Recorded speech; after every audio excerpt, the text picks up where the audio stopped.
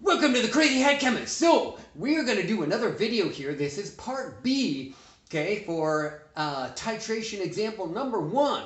Okay, so let's get moving. Bam! So before we begin, make sure you subscribe to my YouTube channel. Okay, all right, here we go. Titration example number 1. We're going to do the halfway or the midway point calculation right now. Okay, all right. It's going to use the same equation that applies to the before titration, that is the initial pH titration, as what we had. And an ice table could be used. However, what's important is that the concentration of the conjugate pairs are equal. And this is going to drive this calculation. So we had this equation here on the pH initially, or the pH before the titration began. We had this, which was benzoic acid plus water gives the benzoate ion and the hydronium ion. Okay, so the same equation applies at the halfway or the midway point as was the pH initially, or at the beginning of the titration. Okay, so what's important at the halfway or the midway point is that the concentration of the conjugate pairs are equal, and that right there is going to drive the math.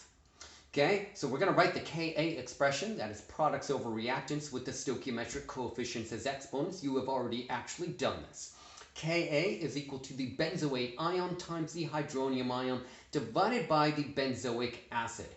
Okay, so what are equal to each other? So the concentration of the conjugate pairs are equal to each other. So if we cross those out, if they are equal to each other, then the Ka is equal to the hydronium ion concentration. Well, we are given the Ka in this problem for benzoic acid. Okay, and that value is 6.25 times 10 to the negative 5 molar. Since that equals hydronium ion concentration, now we're going to take the negative log of that to get the pH. So pH is equal to the negative log of the Ka, which is 6.25 times 10 to the negative 5. That is going to give us a pH. So the pH is equal to 4.20. Notice it has 2 decimal places. The pH has increased from the initial pH. That is very important to note.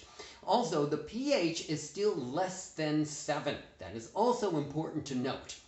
Okay, mathematically, at the halfway or the midway point, the pH is equal to the pKa.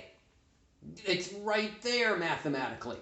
So the volume required at the halfway or the midway point is 1/2 the volume that's required at the equivalence point.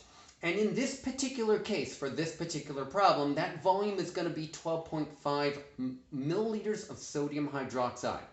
You're going to see that equivalence point calculation in just a little bit that will require 25 milliliters of sodium hydroxide that's required.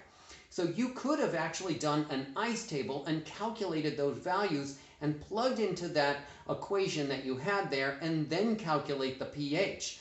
But if you notice, if the concentration of the conjugate pairs are equal, then you can write that Ka expression, cancel out the conjugate pairs, and bam, you got the Ka is equal to hydronium ion, and then the pH is equal to the pKa.